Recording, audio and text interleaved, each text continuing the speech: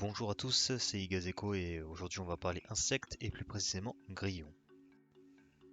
Bon alors les grillons, donc ces petites bêtes qui sont bien connues à travers le monde pour leur talent de mélomane, qui se résument à, je cite, cri-cri, cri-cri. Oui je sais, dit comme ça, ce n'est pas très glorieux, alors je vais faire en sorte que ces petites bêtes remontent dans votre estime. En commençant par leur anatomie, qui est assez particulière. Bon, ça c'est un gribouillis, ça c'est un grippin, ça c'est un grillon, voilà, c'est ça qu'on veut. Pour commencer, ça a 6 pattes et 3 parties qui les composent. Donc la tête, le thorax, bon, ça c'est un peu comme le cou chez nous, et l'abdomen.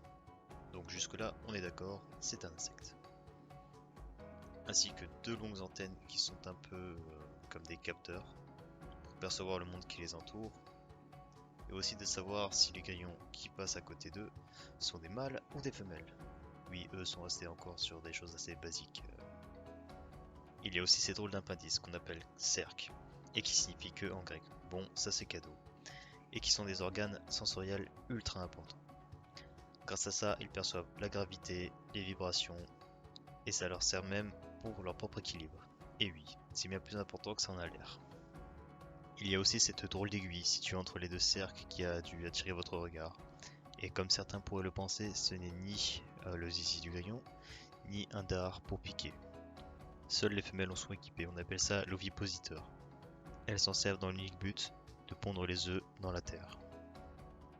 Ils mettront environ une dizaine de jours avant d'éclore. Ils ne sortiront pas sous la forme de larves, mais plutôt de la forme de mini-adultes. Ils mettront environ une quarantaine de jours avant d'atteindre leur forme définitive d'adultes, en passant par différentes phases de mue. On remarque aussi des ailes, hélas trop petites pour leur servir à voler. À force d'évoluer, ce sont un peu devenus les autruches du monde des insectes, à force de vivre sous terre. Les ailes, et plus précisément les élytres, qui sont les ailes visibles, sont devenus l'instrument de musique des mâles. Ici, on peut voir clairement le difformisme sur les ailes d'une femelle et d'un mâle. Mais la chose la plus étonnante à mon goût, au niveau des grillons, c'est où se situe leur tympan. Car oui, les grillons ne sont pas sourds, ils sont équipés de tympans, mais qui hélas ne se situent pas comme tout le monde pourrait le penser au niveau de la tête, mais au niveau des pattes, et plus précisément des pattes arrière.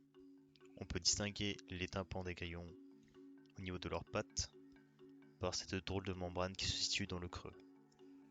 Et là vous vous dites comment les grillons font pour ne pas devenir sourds tout en chantant. Eh bien les mâles ont la capacité de résorber leur tympan afin d'être immunisés à leur propre bruit et éviter de se rendre sourds. C'est qu'ils n'y vont pas de main morte ces bougres. Leur chant est capable d'atteindre 100 décibels et on est capable de les entendre dans un rayon d'environ 50 mètres. Maintenant qu'on a vu à peu près à quoi ressemble un grillon, je vais vous présenter quelques espèces que l'on peut retrouver en France sur la vingtaine d'espèces existantes. Ça c'est le grillon de Provence, qu'on trouve essentiellement en Europe et qui n'a rien de spécial si ce n'est sa couleur noire. Et là on va parler du grillon domestique qui ressemble étrangement au grillon de province, et pour cause, les deux grillons sont de la même espèce. Sauf que le grillon domestique a dû muter et évoluer pour s'adapter à son nouvel environnement suite à l'élevage effectué par l'homme. D'où le changement de couleur sur son corps. Et là on va parler du grillon champêtre qui est pour moi le grillon le plus sympa qu'on puisse trouver en France. Et il a une petite particularité, c'est qu'il a une énorme tête, ce qui le rend beaucoup plus sympathique que ses prédécesseurs. Il a aussi la capacité de creuser un trou qui nous ferait penser à un mini terrier. Si ce trou a un intérêt. Premièrement, de se cacher des prédateurs aux alentours, mais aussi de se nourrir rapidement auprès des végétaux qui se trouvent autour de lui. Parlons maintenant de la courtilière, plus communément appelée taupe-grillon. C'est le grillon le plus atypique qu'on puisse trouver en France de par son physique, et c'est aussi le grillon le plus gros qu'on puisse trouver, pouvant atteindre jusqu'à 10 cm. Son mode de vie ressemble étroitement à celui d'une taupe et est connu pour les dégâts causés dans les jardins. Mais cette espèce se fait de plus en plus rare en France, de par la pollution des terres et des eaux. Pour vous dire, c'est le seul grillon que je n'ai toujours pas réussi à attraper ou à observer dans la nature. Et enfin, on va parler du grillon des bois, qui malheureusement n'a rien pour lui. Il est plus petit, n'a pas de capacité spéciale et il chante moins fort que ses prédécesseurs. Bon, j'imagine que vous et moi, on est d'accord sur une chose, les chercheurs français qui ont donné les noms de ces grillons ne se sont vraiment pas cassés la tête. Et j'ai envie de dire que c'est une bonne chose. Car rien qu'avec les noms de ces grillons, vous pourrez savoir où est-ce qu'ils vivent et où est-ce que vous pourriez les trouver. Bon, maintenant parlons reproduction. Les grillons mâles ne chantent que pour dire deux choses. Soit pour dire aux autres mâles Dehors! Va-t'en! Dégage! et soit pour dire Mais moi je veux faire l'amour! Je veux faire l'amour! Alors oui, c'est un comportement qui est très primitif et qui a le mérite de fonctionner chez les grillons. La femelle se dirigera instinctivement en direction du mâle, qui lui fera comprendre qu'il est prêt à se reproduire. Mais pas chez les humains, et je pense que certains hommes oublient qu'ils ne sont pas des grillons. Car ça fonctionne chez les grillons, mais pas chez nous.